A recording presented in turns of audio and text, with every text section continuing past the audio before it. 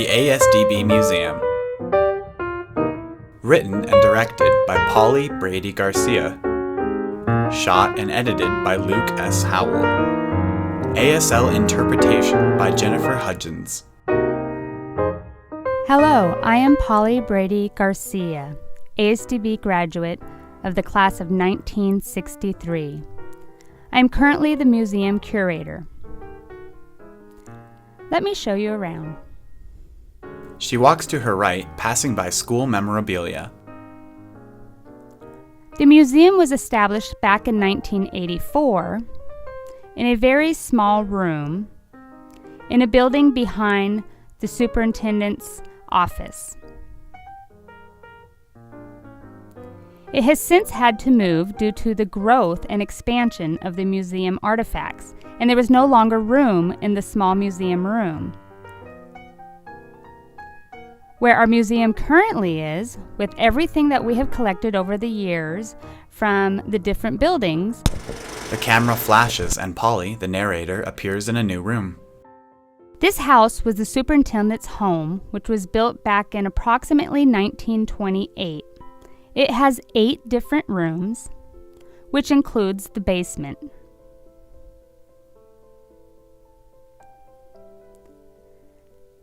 This house, we have room 1, which we consider the firsts. The first principal, the first building, the first school.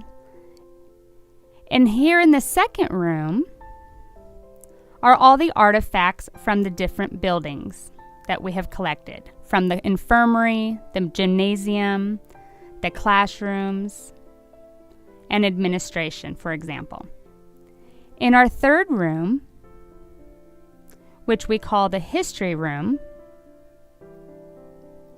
and then the fourth room is the kitchen, or things collected from home ec, food service, superintendent's kitchen. And in the fifth room, which I was just in a moment ago, is all student-related items, things that they have made, sewn, what they used to cook, the books they used, some of the attire they wore. And then in the sixth room, we call that the special collections. Collections such as yearbooks, picture books, slides, movies, films, the Cactus News that the students wrote stories in, and etc. All of those are being preserved. And in room 7, all classroom-related things, furniture, pictures of students and teachers, books that the students used to study or write in. And in the 8th room is all dormitory-related. Anything about the dorms, where they slept, where they played, who supervised the dorms. And one thing we shouldn't forget are the fact that we also have 2 hallways. One of our hallways is our performance hall, where we show memorabilia of musicals, plays, dances, etc.